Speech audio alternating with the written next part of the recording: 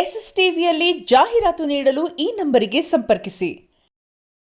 ನಮಸ್ಕಾರ ಎಲ್ರಿಗೂ. ನಾನು ನಿಮ್ಮ ವಿಕಾಸ್. ಈಗ ಬಿಗ್ ಬಾಸ್ 13 ಅಗ್ನಿ ಪರೀಕ್ಷೆಯಲ್ಲಿ ನೀವಾಗಲೇ ನಾನು ನೋಡಿರ್ತೀರಾ. ತುಂಬ ಜನ ಕೇಳ್ತಾರೆ ಏನಾಯಿತು ಅಂತ ಕೇಳ್ತಾ ಇದ್ದೀರಾ, ಯಾಕೆ ನೀವು ಮಾತಾಡಿಲ್ಲ ಅಂತೆಲ್ಲ ಕೇಳ್ತಾ ಇದ್ದೀರಾ. ಮಾತಾಡಿದ್ದೀನಿ.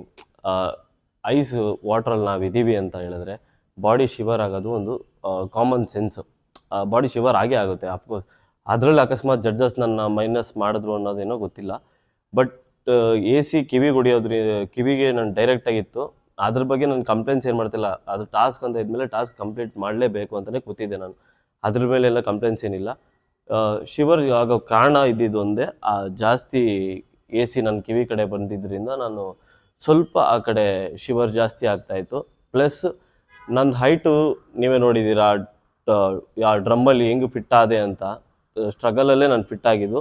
ಸ್ವಲ್ಪ ಅದರಲ್ಲಿ ಮುಂದೆ ಆ ಹುಡುಗ ಆದರೆ ತುಂಬ ಬೇಗ ತುಬುಕ್ಕಂತ ಒಳಗಡೆ ಹೋದ. ನಾನಾದರೆ ಸ್ವಲ್ಪ ಸ್ಟ್ರಗಲ್ ಮಾಡಿ ಒಳಗಡೆ ಹೋಗಿ ಕೂತ್ಕೊಂಡಿದ್ದು.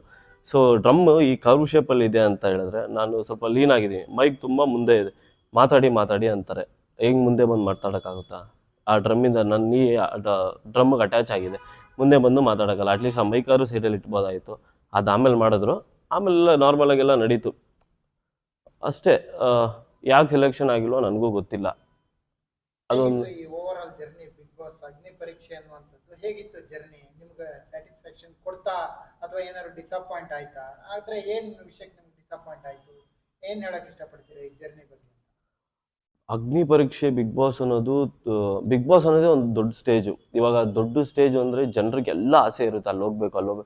ನಾನು ಒಬ್ಬ ಅಲ್ಲಿ ಹೋಗಿದ್ದೀನಿ ಅಂದರೆ ನನಗೆ ಖುಷಿ ಇದೆ. ಆ ಎಕ್ಸ್ಪೀರಿಯನ್ಸ್ ಕೂಡ ಸಖತ್ತಾಗಿತ್ತು ನನಗೆ. ಆ ಸರೌಂಡಿಂಗ್ಸ್ ಆಗಿರ್ಬೋದು, ಆ ಪ್ರೊಡಕ್ಷನ್ ಟೀಮು, ಊಟ ಆಗಿರ್ಬೋದು, ತುಂಬ ಸಪೋರ್ಟಿವ್ ಆಗಿದ್ರು. ಎಲ್ಲ ಸಪೋರ್ಟಿವ್ ಆಗಿದ್ರು. ಟಿಲ್ ನಾನು ಅವಳು ಒಳಗಡೆ ಸ್ಟೇಜ್ ಮೇಲೆ ಹೋಗೋದಿಲ್ಲ ತನಕ ತುಂಬ ಸಪೋರ್ಟ್ ಕೊಟ್ಟಿದ್ದಾರೆ ಈಚೆ ಎಲ್ಲ. ಬಟ್ ಒಳಗಡೆ ಡಿಸಪಾಯಿಂಟ್ಮೆಂಟು ಇತ್ತು, ಪ್ಲಸ್ ಸ್ಯಾಟಿಸ್ಫ್ಯಾಕ್ಷನ್ ಇತ್ತು. ಸ್ಯಾಟಿಸ್ಫ್ಯಾಕ್ಷನ್ ಯಾಕಿತ್ತು ಅಂದರೆ, ನಾನು ಆ ಸ್ಟೇಜಲ್ಲಿ ಬಂದಿದ್ದೀನಿ, ಸ್ವಲ್ಪ ನನ್ನ ಹೈಲೈಟಾಗೆ ತೋರಿಸಿದ್ದಾರೆ, ನನ್ನೇ ಡಮ್ಮಿಯಾಗಿ ತೋರಿಸಿದ್ದಾರೆ.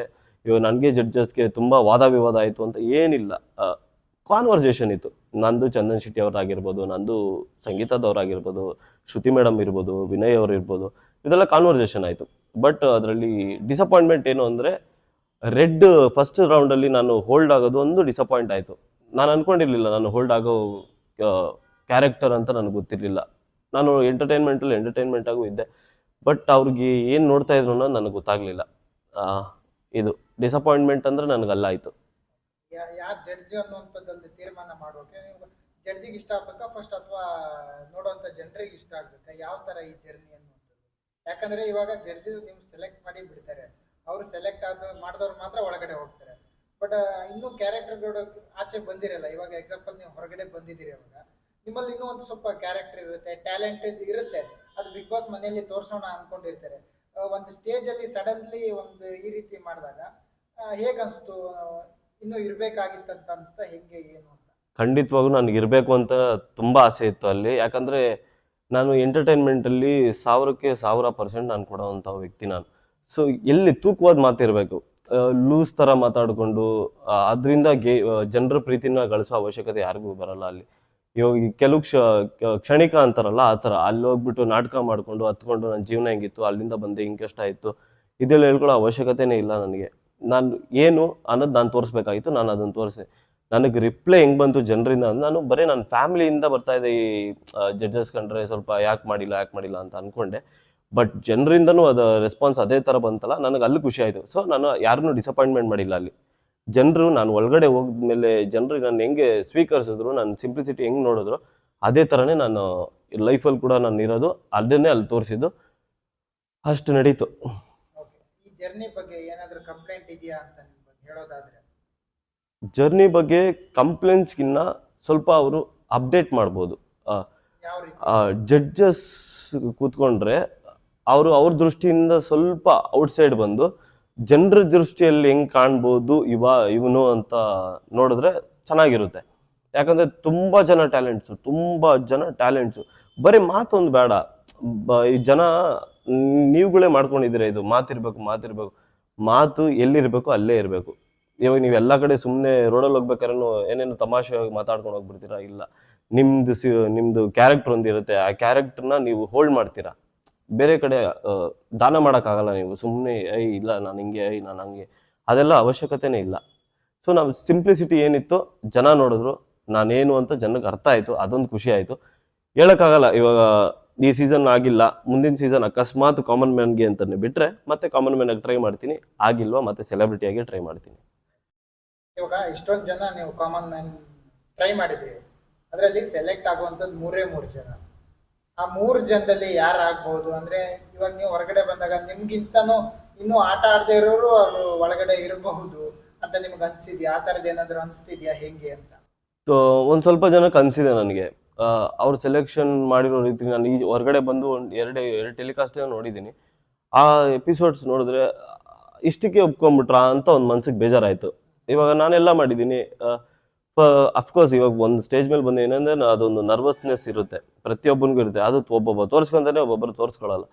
ನಾನು ಅಲ್ಲಿ ತೋರಿಸ್ಕೊಳ್ಳೋಕೆ ಹೋಗ್ಲಿಲ್ಲ, ಯಾಕಂದ್ರೆ ನನ್ನ ಎನರ್ಜಿ ಡ್ರೈನ್ ಆಗಿದ್ರು ಕೂಡ ನಾನು ಎನರ್ಜಿ 100% ಕೊಟ್ಟಿದ್ದೀನಿ. ಅಲ್ಲಿ ಒಂದು ಕಡೆನೂ ನಾನು ಮೈನಸ್ ಥರ ನಾನು ಎಲ್ಲೂ ತೋರಿಸಿಲ್ಲ. ಅದರಲ್ಲೂ ನನಗೆ ಸ್ವಲ್ಪ ಜನ ಕಂಟೆಸ್ಟೆಂಟ್ಸು ವೀಕ್ ಅನ್ಸಿದ್ರು. ಇವಾಗ ನನ್ನ ಪ್ರಕಾರ ಅವರು ಅಲ್ಲಿರೋದು ವೇಸ್ಟ್. ಇವಾಗ ನೋಡ್ತಾ ಇದ್ದೀನಿ, ಇವಾಗ ಅಲ್ಲೇ ನಾನು 3 ಜನನೇನೋ ನೋಡಿದೆ, ಗಿವ್ ಅಪ್ ಮಾಡ್ತೀನಿ, ನನಗಿಲ್ಲ ಇರೋಕ್ಕಾಗ. ಸರ್, ನಮ್ಗೆ ಅದು ಚಾನ್ಸ್ ಸಿಕ್ಬಿಟ್ಟಿದ್ದಿದ್ರೆ, ಆ ಸೀಟ್ ನನಗೆ ಚಾನ್ಸ್ ಸಿಕ್ಬಿಟ್ಟಿದ್ರೆ ನಾನು ಎಷ್ಟೊಂದು ಜನ ಮನ್ಸು ಗೆಲ್ತಾ ಇದ್ದಿದ್ದು ಅಂತೂ ನಿಜ. ಆ ಚಾನ್ಸ್ ಕಾಯ್ತಾ ಇದೆ, ಬಟ್ ಆ ಚಾನ್ಸ್ ಸಿಗಲಿಲ್ಲ. ಜಡ್ಜಸ್ಸು ಅಲ್ಲಿ ಮೈನಸ್ ಮಾಡ್ಕೊಂಡ್ರು ಅಂತ ನನ್ನ ಅಭಿಪ್ರಾಯ. ಅಲ್ಲಿ ಅವ್ರೇನೋ ಎಡವಿರ್ಲಿಲ್ಲ ಅಂದಿದ್ರೆ ಇವಾಗ ಒಬ್ಬ ಒಳ್ಳೆಯ ಕಂಟೆಸ್ಟೆಂಟ್ ಬಂದಿರೋನು, ಇವಾಗ ನಾನೇ ಆಗಿರಲಿ ಬೇರೆಯವರೇ ಆಗಿರಲಿ, ಇವಾಗ ನನ್ನನ್ನು ಬಿಟ್ಟಾಕನ, ಇವಾಗ ಬೇರೆಯವರೇ ಆಗಿರಲಿ, ಒಬ್ಬ ಮೆಜಿಷಿಯನ್ ಇದ್ರು, ಡಿಫ್ರೆಂಟ್ ಜನಕ್ಕೆ ಬೇರೆ ಥರ ಕಾಣಿಸ್ಬೇಕು. ಯಾರೋ ಒಬ್ಬ ಬೇರೆಯವನು ಈ ಥರ ಇದ್ದಾನೆ, ಇವ್ನ ಕ್ಯಾರೆಕ್ಟರ್ ತುಂಬ ಚೆನ್ನಾಗಿದೆ, ಈ ಥರ ಅನ್ಸೋನೊಬ್ಬ ಸಿಗ್ತಾ ಇದ್ನಲ್ಲ ಅಂತ ಅನಿಸ್ತು ಈ ಗಿವ್ ಅಪ್ ಮಾಡಿರೋರು ನೋಡಿದ್ರೆ. ಈಗ ನೀವು ರಿಜೆಕ್ಟ್ ಅಂತ ಹೇಳಿದ್ರೆ ಅವರು, ಅಂದ್ರೆ ಯಾವ ಒಂದು ಪಾಯಿಂಟ್, ಈಗ ನಾವು ರಿಜೆಕ್ಟ್ ಅಂದ್ರೆ ಈ ಪಾಯಿಂಟ್ ನಮ್ಗೆ ಇಷ್ಟ ಆಗಿಲ್ಲ ನೀವು ರಿಜೆಕ್ಟ್ ಅಂತ ಹೇಳ್ಬೋದು, ಬಟ್ ನಿಮ್ಗೆ ಕ್ಲೀನ್ ಆಗಿ ಮೆನ್ಷನ್ ಮಾಡಿದ್ರೆ ನಿಮಗೆ ನಿಮ್ದು ಈ ಥರ ನಮ್ಗೆ ಇಷ್ಟ ಆಗಿಲ್ಲ ಅಂತ ಜಡ್ಜಸ್ ಏನು? ಇಲ್ಲ ಸರ್, ನಂದು ರಿಜೆಕ್ಷನ್ಗೆ ಕಾರಣನೇ ಇಲ್ಲ. ಅದು ಅಕಸ್ಮಾತು ನಂದು ಚಂದನ್ ಶೆಟ್ಟಿ ಅವ್ರದ್ದು ಕಾನ್ವರ್ಸೇಷನ್ ಹಾಕಿದಿದ್ರೆ ಅದು ಚೆನ್ನಾಗಿರೋದು. ಯಾಕಂದ್ರೆ ಜನಕ್ಕೆ ಒಂದು ಪಾಯಿಂಟ್ಸ್ ಗೊತ್ತಾಗಿರೋದು, ಏನೇನು ಮಾತಾಡಿರ್ಬೋದು, ಇವರು ಯಾಕೆ ರೇಟ್ ಕೊಟ್ಟಿರ್ಬೋದು ಅಂತ ಜನಕ್ಕೆ ಅರ್ಥ ಆಗಿರೋದು. ಸೊ ಜನಕ್ಕೆ ಇವಾಗ ಹೆಂಗಾಯ್ತು ಅಂದರೆ, ಇವ್ನು ಯಾಕೆ ಓಲ್ಡ್ ಆದ ಅಂತ ಕೇಳಿದ್ರು. ನೀನು ಯಾಕೆ ಓಲ್ಡ್ ಆದೆ, ನೀನು ಏನು ಮಾಡಿಲ್ವಾ, ಅಲ್ಲಿ ಏನು ಮಾತಾಡಿಲ್ವಾ, ಗಾಬರಿ ಬಿದ್ದುಬಿಟ್ಟ? ಇಲ್ಲ, ಅಫ್ಕೋರ್ಸ್ ನಾನು ಗಾಬರಿ ಬಿದ್ದಿಲ್ಲ. ಅಲ್ಲಿ ನಾನು ಮಾತಾಡೋ ಟೈಮಲ್ಲಿ ಮಾತಾಡಿದ್ದೀನಿ, ಏನು ಮಾತಾಡಬೇಕು ಅದು ಮಾತಾಡಿದ್ದೀನಿ, ನಾನು ಏನಕ್ಕೆ ಹೋಗಿದ್ದೀನಿ ಅನ್ನೋದನ್ನು ಮಾತಾಡಿದ್ದೀನಿ. ಬಿಗ್ ಬಾಸ್ ನನಗೇನಕ್ಕೆ ಬೇಕು, ಬಿಗ್ ಬಾಸ್ಗೆ ನಾನೇನಕ್ಕೆ ಬೇಕು, ಇವೆಲ್ಲ ಮಾತಾಡಿದ್ದೀನಿ. ಏನ್ ಪ್ರಾಪರ್ ಏನ್ ರೀಸನ್ ಗೋಸ್ಕರ ನೀವು ಬಿಗ್ ಬಾಸ್ ಹೋಗಿರೋ?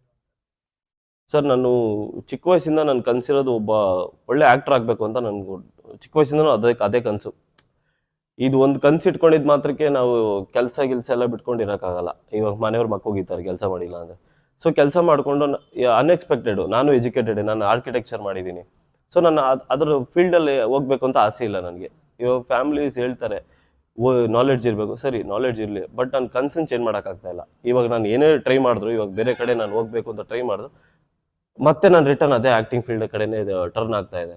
ಸೊ ಏನೇ ಮಾಡಿದ್ರು ಇಲ್ಲೇ ಬರ್ತಾ ಇದ್ದೀನಿ ಅಂದರೆ, ನಾನು ಬಿಗ್ ಬಾಸ್ಗೆ ಅಪ್ಲಿಕೇಶನ್ ಹಾಕಬೇಕು ಅಂತ ಅಂದ್ಕೊಂಡೇ ಇರಲಿಲ್ಲ ನಾನು. ನಮ್ಮ ಡ್ಯಾಡಿನೇ ಫೋರ್ಸ್ ಮಾಡಿದ್ದು, ಆಗಿದಾಗುತ್ತೆ ನೀನು ಮಾಡು, ಹೇಳೋಕ್ಕಲ್ಲ, ದೇವ್ರ ಮೇಲೆ ಬಿಡು ಬಾರನ ಅಂತ ಹೇಳ್ಬಿಟ್ಟು ನನ್ನನ್ನು ಬಿಟ್ಟರು. ಅದು ಅನ್ಎಕ್ಸ್ಪೆಕ್ಟೆಡ್ ಆಗಿ ಅಲ್ಲೂ ಸೆಲೆಕ್ಟ್ ಆಯಿತು. ಅವ್ರು ತುಂಬ ಸೆಲೆಕ್ಷನ್ ಯಾರು ಪ್ರೋಸೆಸ್ ಮಾಡಿದ್ರು ಗೊತ್ತಿಲ್ಲ, ಆ ಪ್ರೋಸೆಸ್ ಮಾಡಿದ್ದು ಮಾತ್ರ ಅಲ್ಟಿಮೇಟ್ ಆಗಿತ್ತು. ಕೊಟ್ಟಂತ ಟಾಸ್ಕ್ ಎಲ್ಲ ನೀವು ಕಂಪ್ಲೀಟ್ ಆಗಿ ಮಾಡಿದ್ದೀರಾ? ಎಲ್ಲ ಕಂಪ್ಲೀಟ್ ಮಾಡಿದ್ದೀನಿ. ಏನು ಪ್ರಾಬ್ಲಮ್? ನನ್ನ ಕಡೆಯಿಂದ 0, ನಾನು ಏನು ಮಾಡಿಲ್ಲ ಅನ್ನಂಗಿಲ್ಲ. ಅವ್ರ ಕಡೆ ನನಗೆ ಒಂದು ಮೈನಸ್ ಕೊಡಬೇಕು ಅನ್ನೋದೇ ಇಲ್ಲ. ನನ್ನ ಪ್ರಕಾರ ನಾನು ಪ್ಲಸ್ಸಲ್ಲೇ ಇದ್ದೆ.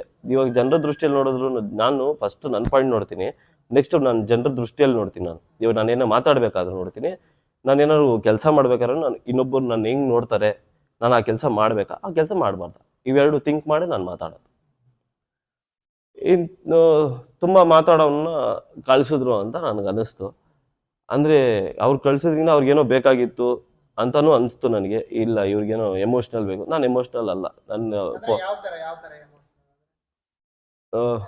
ಕಷ್ಟ ಇರ್ಬೇಕು, ಆ ತರದ್ದು ಏನಾದ್ರು ಕಷ್ಟ ಅಂತ ಇಲ್ಲ, ಕಂಟೆಂಟ್ ಆ ತರದ್ದು ಏನಾದ್ರು ಬೇಕಾ? ಕಂಟೆಂಟ್ ಇರ್ಬೋದೇನೋ, ಅದು ನನಗೆ ಗೊತ್ತಿಲ್ಲ. ಬಟ್ ಕಷ್ಟ ಅಂತ ಏನಿಲ್ಲ. ಯಾಕಂದರೆ ಒಬ್ಬ ಇವರು ಬಂದಿದ್ರು, ಬಿಸ್ನೆಸ್ ಮ್ಯಾನ್ ಕೂಡ ಬಂದಿದ್ರು. ಅವ್ರಿಗೇನು ಕಷ್ಟ ಇಲ್ವಲ್ಲ, ಅವರು ಬಂದಿದ್ದಾರೆ, ಅವ್ರದ್ದೇನೋ ಶೋಕೇಸ್ ಮಾಡಿದ್ದಾರೆ, ಟ್ಯಾಲೆಂಟ್ಸ್ ಇದೆ ನನಗೆ, ಇದಿದೆ ಅದಿದೆ ಅಂತ ಟ್ಯಾಲೆಂಟ್ಸ್ ಮಾಡಿದ್ದಾರೆ. ಆ ಪ್ರೋಸೆಸ್ ಮಾತ್ರ ಚೆನ್ನಾಗಿತ್ತು. ನಾವೆಲ್ಲಿ ಅಗ್ನಿ ಪರೀಕ್ಷೆಗೆ ಹೋಗ್ತೀವಿ ನಮ್ಮ ಮುಂಚೆ ಒಂದು ಪ್ರೋಸೆಸ್ ಇತ್ತಲ್ಲ, ಆ ಪ್ರೋಸೆಸ್ ಮಾತ್ರ ಅಲ್ಟಿಮೇಟ್ ಆಗಿತ್ತು. ಇಂಟ್ರಾಕ್ಟ್ ಇತ್ತು, ನಮ್ಮ ಹತ್ರ ಕೇಳ್ತಾ ಇದ್ದಾರೆ ಹೆಂಗೆ ನಡೀತು ನಿಮ್ಮ ಜೀವನ, ಹೆಂಗೆ ಯಾಕೆ ಬರಬೇಕು ಅಂದ್ಕೊಳ್ಳಿ, ಇವೆಲ್ಲ ಚೆನ್ನಾಗಿತ್ತು. ಇವಾಗ ಒಳಗಡೆ ಹೋದ್ಮೇಲೆ ನಾವು ಪದೇ ಅದೇ ಹೇಳಬೇಕಾಗತ್ತೆ. ಆದರೆ ಪಾಯಿಂಟ್ಸ್ ಏನಂದರೆ ನಮಗೆ ಕೂಡ 5 ನಿಮಿಷದಲ್ಲಿ ನಾವು ಮಾತಾಡಬೇಕು. ನಾನು 5 ನಿಮಿಷದಲ್ಲಿ ಏನೇನು ಮಾಡಬೇಕು, ನಾನು ಫಾರ್ಮಲ್ಲಿ ಏನು ಕೊಟ್ಟಿದ್ದೀನಿ, ನಾನು ಆ್ಯಕ್ಟಿಂಗ್ ಮಾಡ್ತೀನಿ, ಡ್ಯಾನ್ಸು ಮಾಡ್ತೀನಿ, ಎಂಟರ್ಟೈನ್ಮೆಂಟ್ ಆಗೂ ಇರ್ತೀನಿ ಅಂತ ಹೇಳಿದ್ದೀನಿ. ಅಫ್ಕೋರ್ಸ್ ನಾನು ಮಾಡಲೇಬೇಕು. ಇವಾಗ ಸುಮ್ಮನೆ ಫಾರ್ಮಲ್ಲಿ ಬರೆದ್ಬಿಟ್ಟು ನನಗೆ ಬರಲ್ಲ ಸರ್ ಅಂತ ಹೇಳೋಕ್ಕಾಗಲ್ಲ. ಅವೆಲ್ಲ ಮಾಡಿದ್ದೀನಿ ಅಂದರೆ ಒಂದು ಅರ್ಥ ಇತ್ತು, ನನಗೊಂದು ಅರ್ಥ ಇತ್ತು, ನಾನು ಮಾಡಿದ್ದೀನಿ, ನಾನು ಸೋತು ಇಲ್ಲ, ರಿಜೆಕ್ಟ್ ಆಗಿಲ್ಲ, ಅದೊಂದು ಖುಷಿ ಇದೆ ಅಷ್ಟೇ ನನಗೆ. ಅಂದ್ರೆ ಈಗ ನೋಡುವಂತ ಆಡಿಯನ್ಸ್ಗೆ ಕೆಲವು